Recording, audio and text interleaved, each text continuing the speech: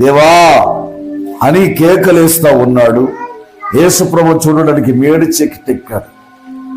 అప్పుడు అంటా ఉన్నాడు యేసు ప్రభు అతని ఆశను చూసి, జక్కయ్య త్వరగా దిగుము, నేను నీ ఇంటికి ఉండవలసి నేను నీ ఇంట ఉండవలసి ఉన్నదని చెప్తా ఉన్నాడు. ఈరోజు నీ పాపములు ఒప్పుకొని విడిచిపెడుతున్నావా? ఏదైనా తప్పు చేసి దాన్ని సమర్థించుకొని మార మనసు పొంది దాని కొరకు దేవుని కొరకు నడవగలిగిన మనసు కలిగి ఉన్నావా? ఇంకా సంవత్సరాలు గడిచిన మా పరిస్థితి అలాగనే ఉన్నదా? కానీ ఇక్కడ ఏదైతే ఒక వంతు తీర్చుకొని ఉన్నాడో వారికి 4 అంతలు చెల్లించాడు. అలా మారి మనసు పొంది పాపక్షమాపణ కలిగిన జీవితాన్ని జీవిస్తున్నటువంటి జక్కయ్య ఇంటికి గొప్ప రక్షణ వచ్చేసింది. దేవునికి మహిమ కలుగునుగాక.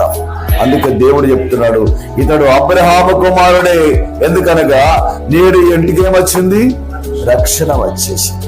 తన పాపాలు ఒప్పుకున్నాడు, తన పాపాన్ని ఒప్పుకొని వదిలిపెట్టాడు, మారు మనసు పొందాడు, దేవుడి చిత్రాన్ని తను చేశాడు కాబట్టి అతని ఇంటికి గొప్ప రక్షణ భాగ్యం వచ్చేసింది. దేవునికి స్తోత్రం, హల్లెలూయా.